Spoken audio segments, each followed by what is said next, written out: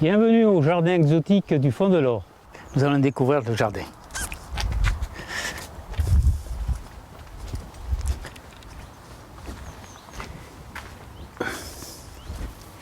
C'est un jardin qui a été commencé il y a une trentaine d'années, qui a évolué depuis 10 ans. Il avait pendant très longtemps une surface de 2500 m² et actuellement il a une surface de 8000 m². Donc c'est un jardin qui est riche botaniquement, qui n'a pas de variétés rares, mais beaucoup de variétés tant en arbre qu'en arbuste. Il est japonisé d'un certain côté, vous voyez des arbres qui sont taillés en nuages, mais un peu disséminés dans le jardin. Ce jardin a une soixantaine de variétés de rosiers, un peu disséminés dans le jardin.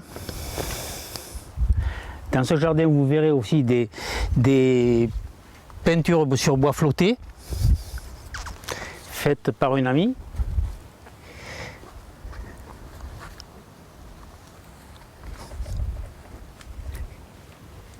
Ici, vous avez un juniperus qui est taillé en nuage, ainsi qu'un pin. Donc pour les juniperus, ces arbres taillés en nuage, il faut que l'arbre ait au moins 15 ans pour pouvoir faire ces nuages ou ces plateaux.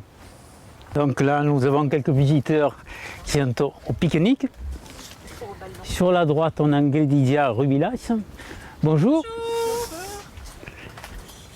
Tout en descendant, on a un Cotinus obovatus, qui est un arbre. On continue toujours à descendre. C'est un jardin qui est en pente.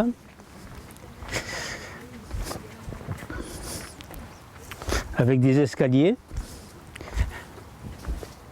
Sur notre droite, on a un Photinia cerulata.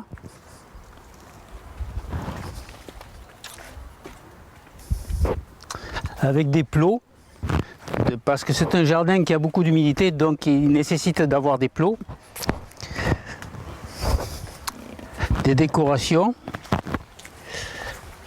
Un Cryptomeria. Ce sont des arbustes japonais qui supportent bien le calcaire. Des variétés de graminées, moline, miscanthus, un hydrangea princesse turda. Sur la gauche, on a un Magnolia macrophylla, Magnolia très grande feuille.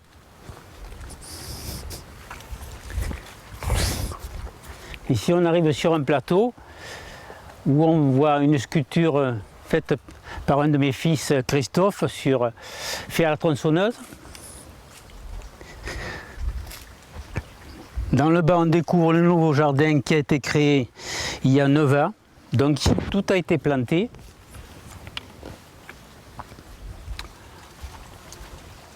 On continue, on a des variétés de bananiers. Une lanterne japonaise, plutôt une lanterne qui vient de Thaïlande.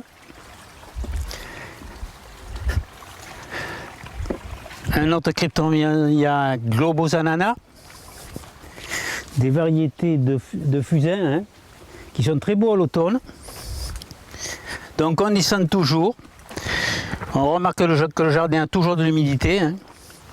On arrive à une partie du jardin qui a été faite il y a 9 ans, une partie du jardin qui n'est jamais arrosée, du fait de cette humidité. Sur la gauche, on a un Aulne imperialis, ça ce sont des arbres très beaux qui aiment l'humidité. Hein. À gauche aussi, un Lyriodendron, c'est-à-dire un tulipier de Chine, qui a le feuillage beaucoup plus grand que celui de Virginie. Un Sol magnifica, très belle feuille, bleutée. Des variétés de Rudbeckia. Hein. Des bouleaux. Bon, les bouleaux sont surtout là pour l'écorce qui est très belle à l'automne. Hein.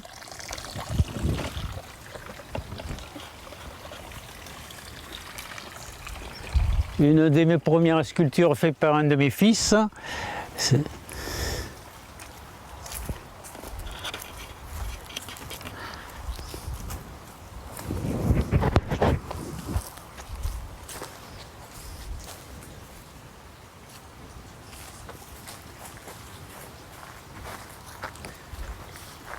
Donc on va longer le ruisseau, hein, qui est où l'on trouve tout au bord du ruisseau pas mal de graminées, des variétés de miscanthus, de moline,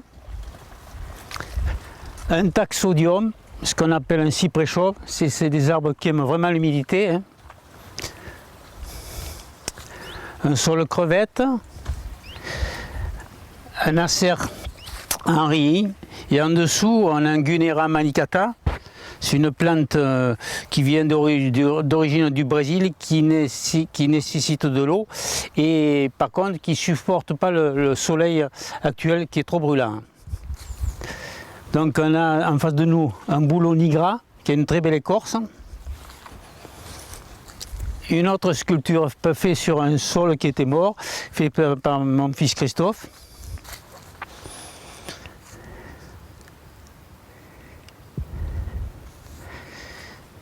Sur la gauche, on a l'arbre faisan, les extérieurs formosa. Donc on arrive à la nouvelle partie du jardin qui a été créé il y a 4 ans. Donc sur gauche, on a un pistachier de Chine. Ici, c'est une partie du jardin qui est avant tout plus florifère. Donc en grande partie, ce sont des massifs, hein.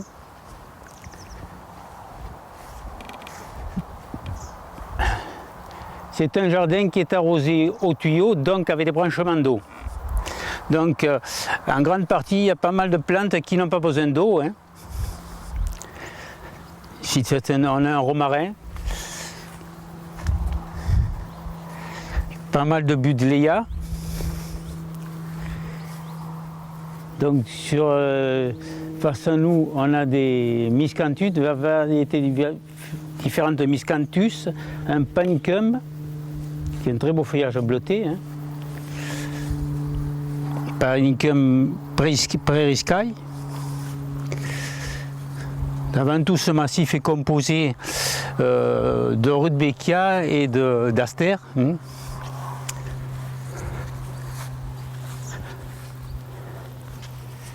À l'arrière, on voit quelques bambous, quelques variétés de bambous. Face à nous, nous avons un escolidia, c'est-à-dire ce qu'on appelle un feuillage de Californie, hein. Donc c'est un feuillage gris bleuté, donc un feuillage qui ne s'arrose pas, hein. Une plante qui ne s'arrose pas. On remonte. Donc ici on a un arbuste à floraison bleutée, bleu violacé, c'est une plante originaire de l'Afghanistan. Un perovskia, c'est une plante qui ne s'arrose pas du tout aussi. Une variété d'hélénium, qui a une fleur très fine. Un tuedia, c'est une très belle plante qui a un bleu extraordinaire. Mais par contre, pour la conserver, il faut drainer le sol. C'est une plante qui souffre surtout l'hiver lorsqu'il y a de l'humidité.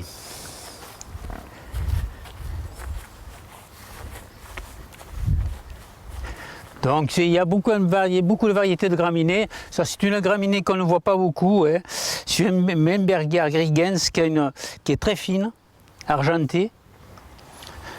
Bon, ici c'est un arbuste originaire de la cytise de Batandieri qui est belle au printemps, qui fait une fleur qui remonte, une fleur jaune qui sent l'ananas. Dans le fond, on regarde, on a une espèce de canne qui est ravenae, qui a des tiges un peu pourpres, hein. On le trouve surtout sur le pourtour méditerranéen. C'est une plante qui n'est pas gélive, hein.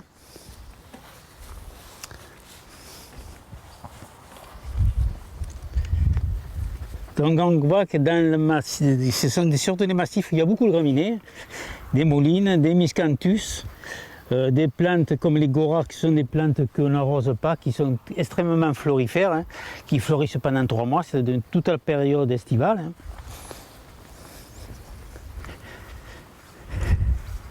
Face à nous, on a des variétés d'érable. Celui-là, c'est l'érable Frémanie qui a un feuillage rouge à l'automne, un très beau feuillage d'automne. Sur la droite, on a aussi une variété de Polygonum, on appelle ça le Polygonum scoparium, c'est une plante qui s'arrose pratiquement pas et qui a une floraison qui dure 3 mois. Là on a des sédums autumn joy, c'est des plantes qui prennent une tonalité rouge rosé à l'automne. Hein. Une grande partie massif est couvert de Gora. Là. Il y a des Gora roses qui sont moins, qui se développent moins et qui sont aussi florifères. Donc on va repartir de l'autre côté du jardin.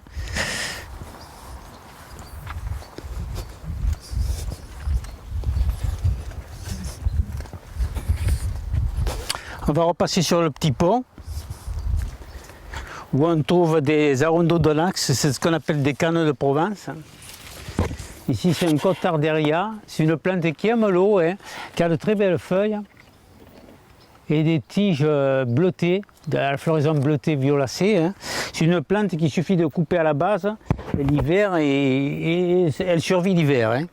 Par contre c'est une plante qui nécessite de l'eau. Hein.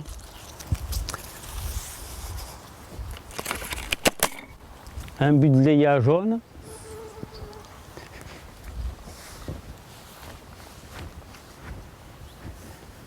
Donc, en arrière, on a un Poncirus trifoliata, qui est le porte-greffe du citronnier. Hein. Le fruit n'est pas comestible. Hein. Le fruit, bon là il est un peu vert parce qu'il était vraiment à l'ombre, mais il jaunit lorsqu'il est au soleil quand même. Un Chenilex, c'est ce qu'on appelle un chêneau. Un Polovnia, qui est un arbuste qui fait des fleurs violacées. Hein. Sur la droite, on a un châtaignier à feuillage lacinier, c'est-à-dire à feuillage très fin. Hein. Un Dacilérion. Un Eryngium qui est une plante aussi qui est vraiment rustique, hein, qui fait une très haute hampe, la hampe peut monter à 2,50 m à peu près.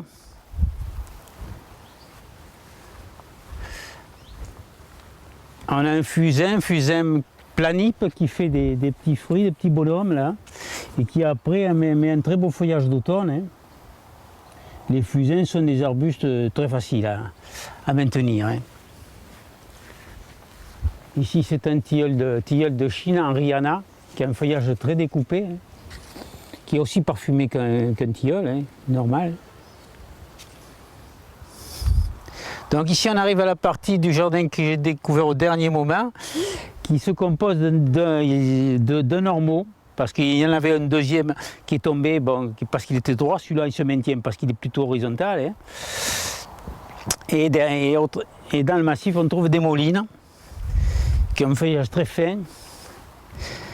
À l'arrière, on a une Stipa gigantea. Ça, c'est une plante originaire qu'on trouve en Espagne, hein, que les Anglais ont réintroduit dans les jardins. Hein. Donc, nous allons remonter. Bon, la partie que l'on voit ici, c'est une partie qui n'est pratiquement pas arrosée, du fait des infiltrations d'eau du ruisseau. Sur la gauche, un viburnum du bois marquis.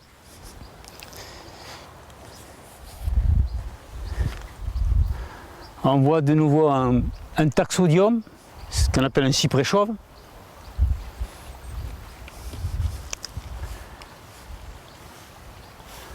Donc ici c'est un, j'ai plus le nom en tête. C'est un sorbier, hein, sorbier pagoda. Donc celui-là, c'est un sorbier qui fera des baies roses translucides. Donc dans le jardin, il y a pas mal de variétés de bambou. Ici, c'est une coupe qui vient d'un céramiste, la poterie Hélène, qui est à côté de Saint-Gaudens, qui est un très beau jardin. Hein. Donc vous voyez, ce bambou, on appelle ce bambou Castiglioni. Il est vert et où c'est vert, derrière c'est jaune, où c'est jaune, derrière c'est vert. C'est inversé. Donc nous remontons. Toujours pareil, là on a sur notre gauche on a un buis qui est taillé un peu en nuage. D'ici on aperçoit le jardin, une partie du jardin que j'apprécie pas mal, hein. Une vue sur, avec la luminosité, et là on a une très belle luminosité actuellement.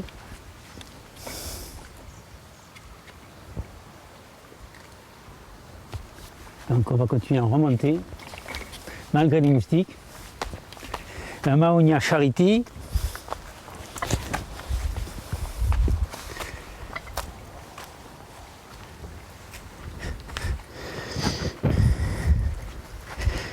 Un Zelkova, feuillage panaché, ça c'est c'est un être qui vient de Sibérie, qui a un très beau feuillage, hein.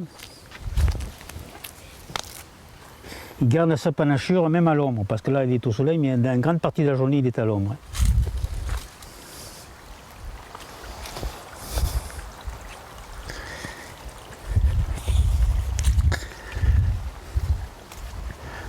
Sur la gauche, un arbre qui a feuillage très fin, c'est qu'on appelle un rhamnus.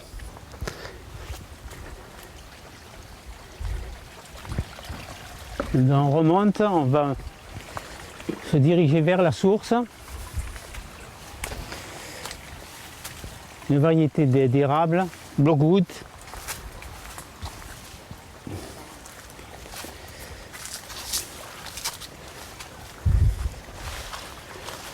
Donc on arrive à la source, qui est la richesse principale du jardin, du fait de son eau.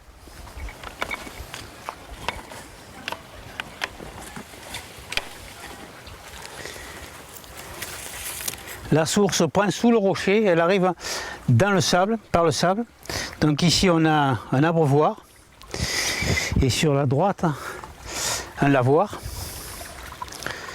Donc ça, ça a été fait le siècle dernier, hein.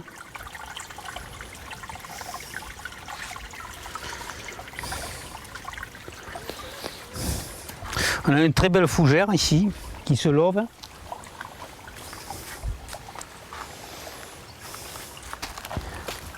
Et dans le fond, on a des fougères scolopendres, c'est des fougères qui aiment bien le calcaire, parce qu'ici l'enrochement est calcaire, hein.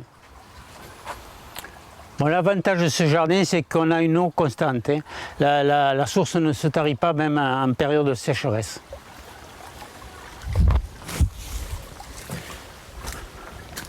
Un bambou nigra. Donc on va passer par un autre accès.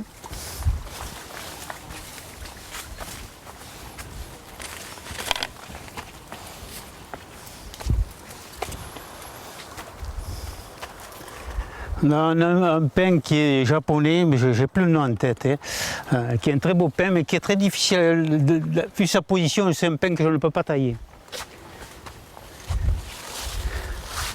Toujours des cédums avec une cétoine. C'est un très bel insecte, mais qui ne fait pas de dégâts, hein. Donc je plante toujours des arbustes. Voilà, ici on a un arbutus unedo qui est atragnoïde. Et c'est un arbuste qui est originaire du côté de Chypre, de la Crète, qui aura l'écorce carrément rouge. En face de nous, on a un clérodendron trichotonum. C'est un des arbustes les plus parfumés. J'ai été étonné de trouver cet arbuste dans les plus beaux jardins qui soient en France, mais c'est son parfum qui fait qu'il est élu dans ces jardins. Le jardin est ouvert de début mai à fin octobre. Pour les passionnés de tout le monde entier, j'ouvre mon jardin et je le ferai découvrir avec plaisir. Donc à bientôt.